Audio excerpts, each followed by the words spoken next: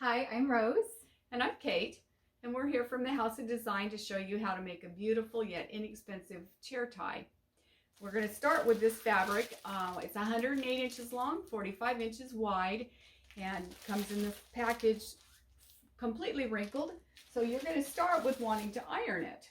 And when you go to iron something like this, it's got a lot of nylon in it, and as with any new fabric, you don't really know its content. So start with a corner and test the temperature. Start with a low temperature and work your way up. And you'll find with this one that, generally speaking, somewhere around a silk setting, maybe a little bit warmer than that.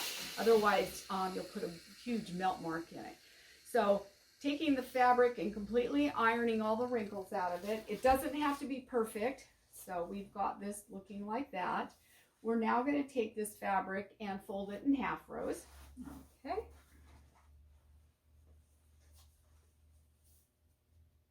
And we're doing this. What we need to do is get this fabric into 4 sections so that it's kind of narrow like a tie is. And we'll begin with the fabric here, so that if we step on the bottom of it, we're going to put a nice crease in here with it folded directly in half. And just keep pulling it over the ironing board and keeping that crease. Make sure and line your edges up on this side so that you get 2 even panels. So we can go ahead and take this one now that we have already completely ironed. And our next step is going to be, you can do this by yourself. I generally do, although I'm lucky I generally have somebody that'll iron the fabric for me first, our Miss Maria. But we're going to fold this into the center now. So we're taking both of those outside edges, bringing it into the middle, and we're going to iron a crease on either side. Yes, Maria is the queen of the iron, so Maria, I'm trying to do you proud. And she is, Maria. So now we've got a crease going on either side, and you'll just keep bringing that fabric forward and making sure that you have your fabric lined up in the middle here so that it comes right to the center edge. Okay. And so now we have 4 sections to this piece of fabric, and we've completed one here. So you can see that basically we've got a long piece of fabric, somewhat like a tie, because we're going to use the method for doing a man's tie to put this on the chair. So let's go ahead then and get our chair and show how we do this. Okay, let's do it. Okay, now we are ready to tie the tie to the beautiful chair. Okay. We've got the fabric all ironed, and as you can see, the folded side is going to be down, and it has somewhat the shape of a tie. You're going to use the same type of knot you would do a man's tie with. I'm using the 4-in-hand knot, but I'm sure there are other ones that would work if you're more familiar with one of those. This is going to be your short end, and we're going to tie around that. So we're going to bring this over the top. And I really just suggest going online and looking for directions on how to tie a tie if you're not familiar with it. We're going to bring this around over the top of that fabric again. And then we bring it up and through. And it's going to go underneath that part that we just made, that loop. It's going to come down through here.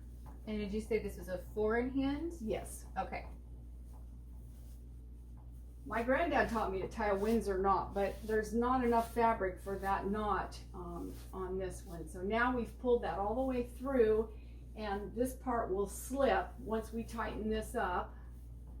So we're going to just kind of grab this. It's a lot more fabric than working with a man's tie. So it took me a few tries at this to get really very comfortable with it, but once you do, and then this one is the one you're going to pull to tighten the chair tie up.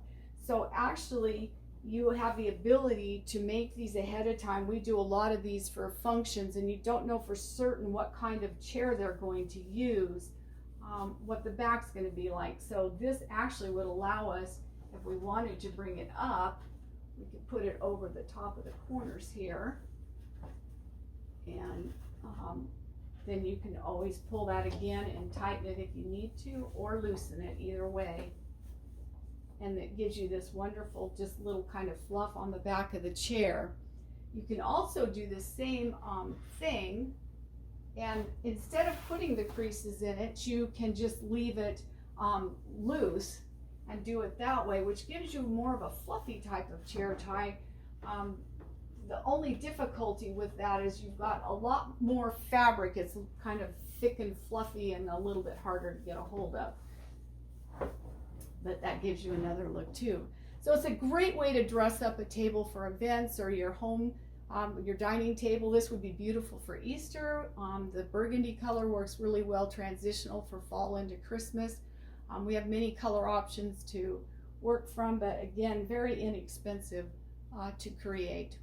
Thank you so much for joining us. Thank you, Rose, for getting our ironing done. We'll see you next time. Thank you. Bye-bye. Bye. This DIY for making a chair sash uses fabric that is 45 inches wide by 108 inches long with finished ends. It beautifully enhances wedding, Christmas, and all occasion decor.